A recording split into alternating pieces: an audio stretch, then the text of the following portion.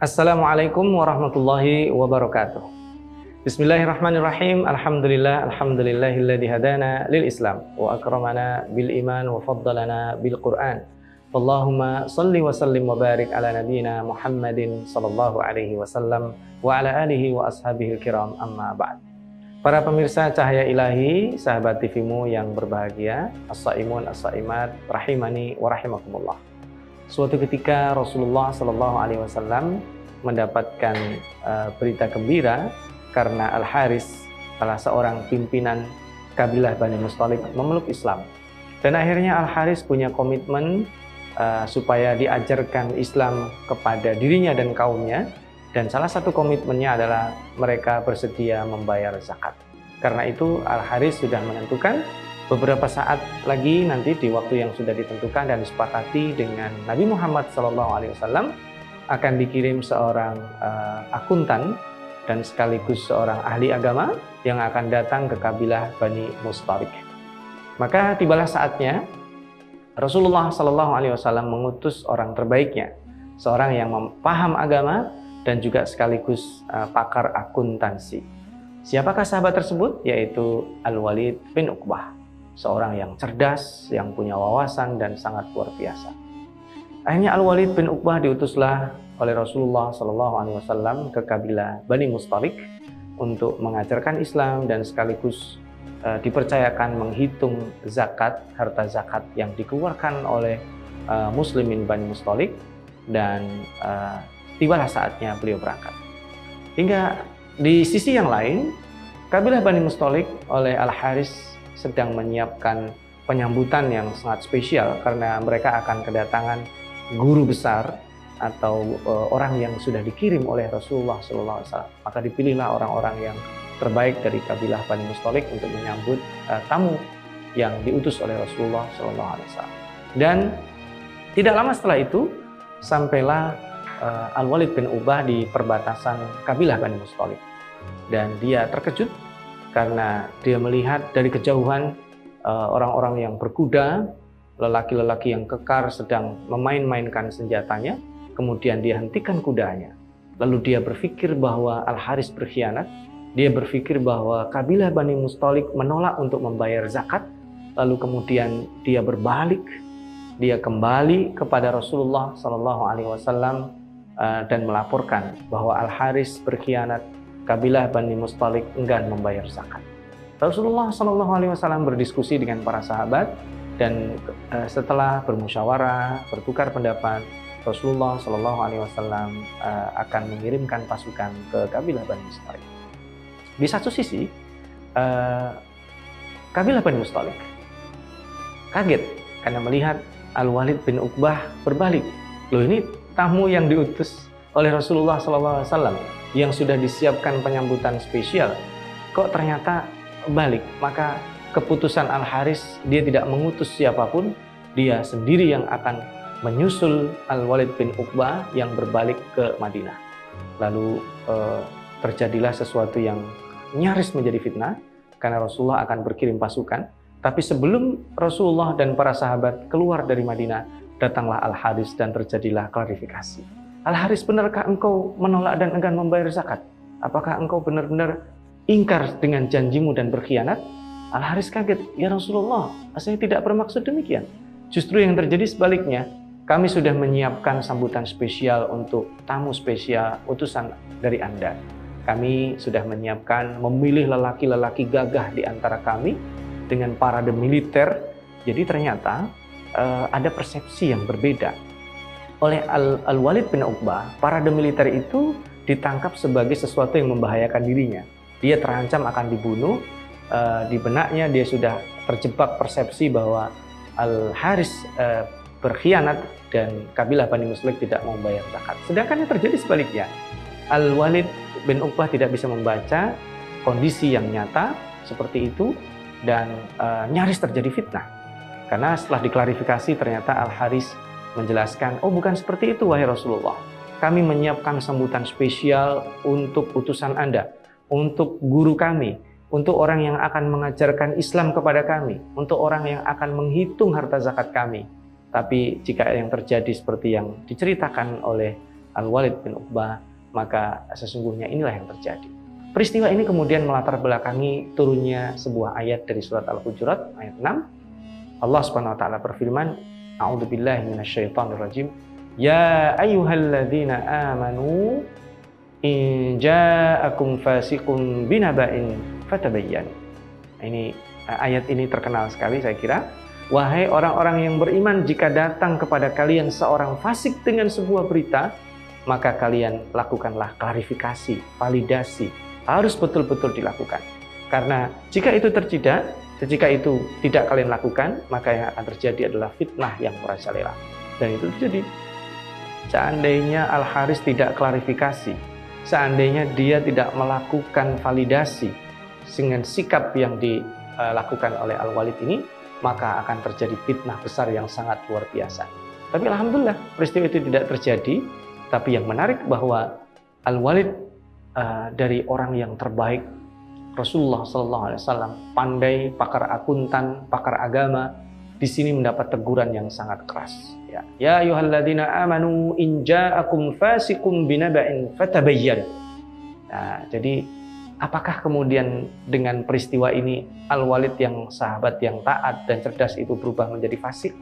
Lalu kenapa rahasianya disebut di ayat ini fasik, bukan kafir, bukan munafik? Seperti apa kira-kira? Kalau kita ingin tahu latar belakangnya kita sudah tahu, sedangkan penafsiran yang sesungguhnya dari ayat ini yang sifatnya lebih umum dari sebab turunnya ayat ini tentu perlu penjelasan yang lebih lanjut. Karena itu sahabat TV-mu yang berbahagia, para pemirsa Cahaya Ilahi, jangan kemana-mana, kita break dengan sejenak yang berikut ini. Para pemirsa Cahaya Ilahi, sahabat TV-mu yang berbahagia, jadi seseorang yang bergelar apapun, punya kualitas apapun, bisa berpotensi terdowngrade menjadi orang yang kemudian tidak ternilai hanya karena kalau dia terjebak persepsi. Dan ini bahaya yang sangat luar biasa. Bahkan sekaliber seorang Al-Walid bin Uqbah yang pakar akuntan, pakar agama, itu dalam tanda kutip itu bisa tersindir dengan ayat ini. Tapi yang menarik, Allah Subhanahu wa taala tidak mengatakan ya ayyuhalladzina amanu in ja'akumul fasiq dengan alif lam. Tapi ayat ini mengatakan in ja'akum fasiqun. Ini nun berbentuk nakirah, ada tanwin, berarti ini berlaku untuk umum. Jadi fasik di sini yang dimaksud bukan sahabat Al-Walid bin Uqbah. Jadi ini sebagai pembelajaran, seorang seperti Al-Walid bin Uqbah yang terkenal kesalehannya, kecerdasannya akan bisa terdowngrade kalau dia tidak memperbaiki, kalau dia terjebak oleh persepsi. Maka hari-hari seperti ini, ketika kita berada di era digital, dengan revolusi digital yang sangat luar biasa, kita kebanjiran informasi yang sangat luar biasa. Maka Michael Kafur pernah mengatakan, getting information of the internet is like taking a drink from the fire hydrant. Jadi kalau kita mendapatkan informasi yang banjir ini seperti meletakkan mulut kita di depan fire hydrant, akan tersedak kita. Kita perlu literasi, perlu validasi. Karena hari ini kita bisa mendapatkan berita dari mana saja, seperti apa. Kalau kita tidak validasi, tidak melakukan literasi, kita akan terjebak dengan persepsi kita. Sederhana saja, misalnya, sederhana saja. Mungkin sebagian saudara-saudara kita ketika disebut Persyarikatan Muhammadiyah, misalnya. Tapi dia sudah mendapatkan persepsi sebelumnya. Oh, Persyarikatan Muhammadiyah itu bla bla bla bla. Oh, begini-begini. Kalau dia tidak melakukan validasi, maka dia akan terjebak dan kemudian bisa suudzon, bisa diakibatkan mudah setelah itu. Akibatnya adalah diadu domba dan kemudian jauh panggang daripada api. Cita-cita persatuan bangsa akan terkoyak-koyak hanya karena jebakan-jebakan persepsi yang dimanfaatkan oleh orang-orang tertentu yang tidak menyukai persatuan di negeri ini. Maka dari itu, jebakan persepsi ini bahaya. Kalau Allah Subhanahu wa taala menegur Al-Walid bin Uqbah dan bisa terancam menjadi orang fasik, apalagi orang seperti kita. Derajat dan posisi kita jauh dari kealiman dan kecerdasan Al-Walid bin Uqbah yang dipercaya sebagai guru yang akan dikirim oleh Rasulullah SAW. Profesorkah kita, guru besarkah kita, orang yang alimkah kita? Kalau mendapatkan satu berita, stop dulu sebelum kita share. hati-hatilah. Jempol kita ini harus kita, bukan diikat, tetapi kita perlu sharing kita itu berdasarkan ilmu dan kita memvalidasi dengan sebenar-benarnya. Karena in ja'akum fasiqun binaba'in fatabayyanu an tusibu qauman bijahalatin. Karena kalau seandainya kita tidak melakukan itu, satu kaum bisa terdampak, terkena musibah karena adanya hoax dan adanya satu berita yang akan mengakibatkan perpecahan seperti yang nyaris dialami oleh kaum muslimin dan kabilah Bani Musthalib. Nah, karena itulah jebakan persepsi ini akan sangat mengganggu, termasuk juga yang dialami oleh Bani Israel. Jebakan persepsi seperti ini juga pernah dialami oleh mereka. Ketika Bani Israel bertahun-tahun tertindas di Mesir, dan kemudian pada saat mereka diselamatkan oleh Allah, menyeberangi Laut Merah bersama Nabi Musa, mereka diperintahkan oleh Allah Subhanahu wa taala melalui nabinya Nabi Musa alaihissalam. Dalam surat Al-Maidah digambarkan masuklah al-ardul muqaddasah, bumi suci yang dijanjikan. Jadi udkhulul ardal muqaddasatal lati kataballah. Ya, Allah sudah memperuntukkan bumi yang suci itu, tanah yang suci itu untuk mereka. Tetapi kemudian mereka menolak. Kami tidak akan masuk ke sana karena di dalamnya ada qauman jabbari. Wa inna lanadkhulaha hatta yakhruju minha. Fa in yakhruju minha fa inna dakhilun. Dan itulah jebakan persepsi yang dialami oleh Bani Israel. Dia terjebak dengan persepsi masa lalu. Dia terkena trauma persepsi masa lalu bahwa dia ingin mendapatkan kenyamanan. Dia ingin perjuangan itu dilakukan oleh orang lain dan kemudian dia menikmati kenyamanan itu. Jebakan persepsi dan trauma persepsi ini dialami oleh setiap kita. Ada setidaknya 6 jenis trauma persepsi di masa lalu yang dialami oleh setiap kita. Trauma persepsi itu bisa juga berangkat karena dia punya prestasi di masa lalu, ya.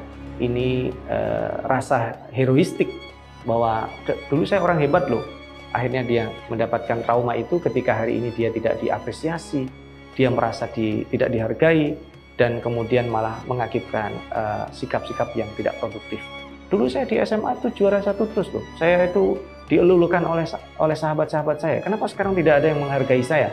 Nah, itu karena dia terjebak dengan reuni perasaannya di masa lalu.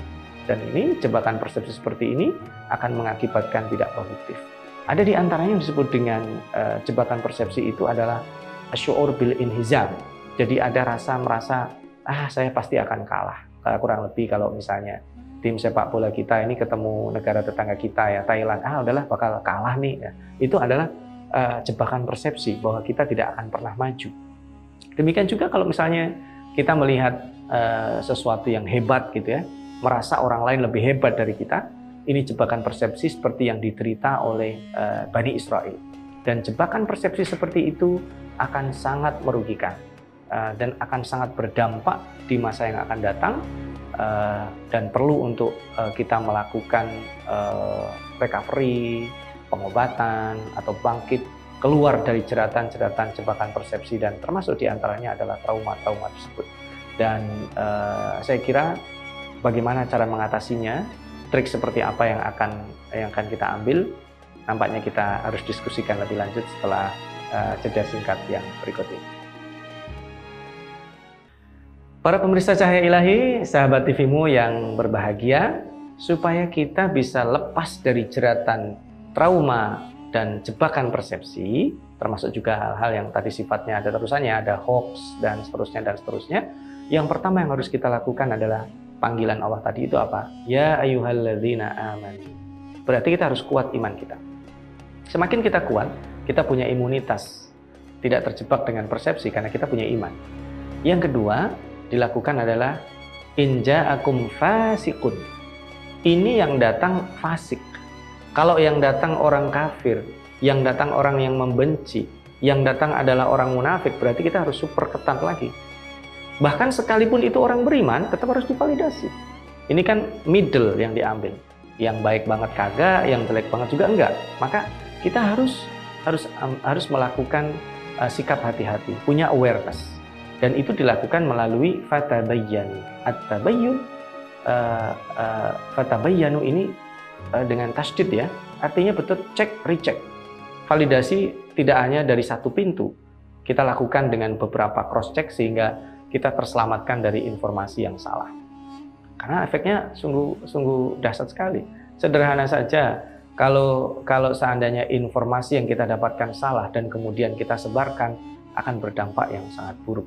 Maka pendekatan berikutnya yang kita bisa lakukan adalah kalau terkait dengan berita, terkait dengan hoax, maka dilakukan validasi, dilakukan dengan tabayyun. Sekarang kalau terjadinya adalah karena trauma, sesuatu yang menyebabkan kita trauma, baik karena masa lalu kita atau karena kondisi eksternal yang ada di sekitar kita, maka kita perkokoh tadi, ya ayyuhalladzina amanu.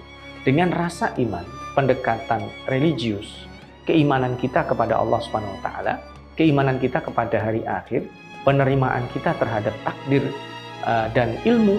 Nah, ini yang penting adalah ditambah ilmu ini, yaitu pendekatan yang sifatnya menambah wawasan knowledge, memperbaiki reading habit, dan kemudian kita memiliki learning habit. Dalam jangka panjang, pembelajar yang punya ketangguhan dan ketahanan, punya endurance yang luar biasa, akan terselamatkan baik menjadi subjek pelaku penyebar hoax atau orang yang menjebak persepsi, ataupun menjadi korban dia yang terjebak dengan persepsi, insya Allah akan bisa dihindarkan. Maka sahabat TV-mu yang berbahagia, para pemirsa Cahaya Ilahi, as-saimun as-saimat, kita dilatih oleh Allah Subhanahu wa taala dengan berpuasa untuk menjernihkan suasana. Karena kalau kita fokusnya hilang, bahaya. Ya, orang berpuasa itu kalau nggak fokus bahaya. Ya, itu karet-karet gelang bisa menjadi terlihat seperti mie yang siap dimakan. Karena dia nggak fokus, dia terjebak dengan persepsi dia, karena dia udah lapar, maka itu yang menyebabkan dia tidak fokus. Nah, ketika ada orang datang, ini hati-hati, sederhana aja. Ada orang datang, apalagi ini bulan Ramadan, dia bawa map, itu hati-hati, main hati kita. Ini orang mau minta sumbangan, padahal dia baru membeli map yang akan dipakai untuk di masjid. Dia datang ke rumah kita mau nganterin hadiah sarung. Nah, ini kita astagfirullahaladzim, ternyata saya suudzon. Dia datang bukan mau minta sumbangan, ternyata mau ngasih hadiah sarung ke saya. Jadi kita terjebak dengan persepsi, dengan tampilan orang. Atau misalnya begini, ada orang nih ke saya minjem. Kedua, dia ngirim message minjem. Ketika dia assalamualaikum yang ketiga, ini sudah kita terjebak persepsinya. Ya, ini mau minjem lagi. Padahal tidak. Yang ketiga itu dia mau ngembaliin pinjaman. Akhirnya kan kita terjebak dengan persepsi itu. Persepsi-persepsi yang menjebak ini membuat kita suudzon. Dan hati-hati, suudzon itu akan mendatangkan yang buruk. Karena itu Allah berpesan, ya ayyuhalladzina amanu ijtanibu katsiran minadh-dhanni. Nah, di segmen yang ketiga ini, cara kita menghadapi jebakan persepsi itu ada Allah sebutkan di surat Al-Hujurat ayat 10, 11, 12 dan seterusnya sampai di akhir surat ini. Di antaranya adalah pernyataan innamal mu'minuna ikhwah. Satu. Yang kedua, wala yasfar qaumun min qaumin. Jangan kita meremehkan orang lain. Bahasan yang lalu kita pernah membahas jangan remehkan diri sendiri. Di sini jangan remehkan orang lain. Tapi yang menarik di sini, la yasfar qaumun min qaumin asa ayyakunu khairan minhum. Dan ada juga wala nisaun min nisa'in. Nah, jangan juga perempuan yang satu merendahkan perempuan yang lain. Ini kenapa disebut? Karena nggak laki nggak perempuan sebenarnya sama aja. Dan kemudian kita dilarang untuk melakukan, memberi julukan-julukan yang buruk kepada orang lain. Ini orang sudah ganteng-ganteng dijuluki dengan julukan yang buruk. Dan kata Allah, bi'salismul fusuqu ba'dal iman. Seburuk-buruk julukan adalah ketika dia dijuluki dengan kefasikan setelah dia beriman. Maka dari itu, wala tanabazu bil alqab. Jangan bermain dengan julukan-julukan yang buruk. Kemudian juga Allah perintahkan kita selain untuk husnudzon, jangan kita tajassus, jangan kita melakukan kepo yang berlebihan. Dan yang menarik di sini, Allah perumpamakan orang yang ghibah, wala yaktab ba'dukum ba'dha. Jangan kita menggibah seperti yang pernah kita bahas juga. Ghibah itu membicarakan aib saudara kita yang terjadi, real terjadi. Lah kalau yang kita bicarakan belum pasti, itu fitnah. Dan digambarkan Allah, orang yang ghibah itu apa? ayuhibbu ahadukum ayyakula lahma akhihi maitan fakarihtumu. Maka jauhilah ghibah, jauhilah majlis ghibah, jauhilah menjadi bigos biang gosip, jauhilah menjadi korban bigos, jauhilah menjadi yang menghidupkan majlis-majlis ghibah. Dan karena itu sudah saatnya kita berpisah, sahabat TVmu, para pemirsa. Sebelum kita pulang, seperti biasa kita bawa pelajaran ya, takeaway lesson untuk kita bawa pulang. Jebakan persepsi itu muncul karena ada peristiwa masa lalu, ada sesuatu yang traumatik ya. Kalau itu terjadi dengan informasi yang kurang benar, maka kita harus validasi. Kemudian yang kedua tadi ya, kita kuatkan iman kita, kita lakukan hal-hal yang disebutkan Allah di ayat 10 dan seterusnya. Persaudaraan kita berkuat, kemudian jangan mudah meremehkan orang lain, jangan mudah memberikan panggilan atau julukan yang buruk, berhusnudzon, hindari ghibah, hindari tajassus, kepo yang berlebihan, dan insya Allah kita akan mendapatkan produktivitas melalui hidup kita, supaya kita terhindar dari jebakan persepsi yang bisa menyeret posisi kita dari menjadi terbaik sebelumnya, menjadi orang buruk yang fasik. Na'udzubillah min dzalik. Mudah-mudahan Allah selamatkan kita dari jebakan dan trauma persepsi, terutama adalah trauma persepsi masa lalu dan informasi yang salah atau hoax. Aku qouli hada, sedikit ini semoga bermanfaat. Mohon maaf atas kekurangan, kekhilafan dan keterbatasan. Mari kita tutup. Subhanakallahumma wa bihamdik, asyhadu an la ilaha illa anta, astaghfiruka wa atubu ilaik. Nasrun minallahi wa fathun qarib wa basyiril mu'minin. Wassalamualaikum warahmatullahi wabarakatuh.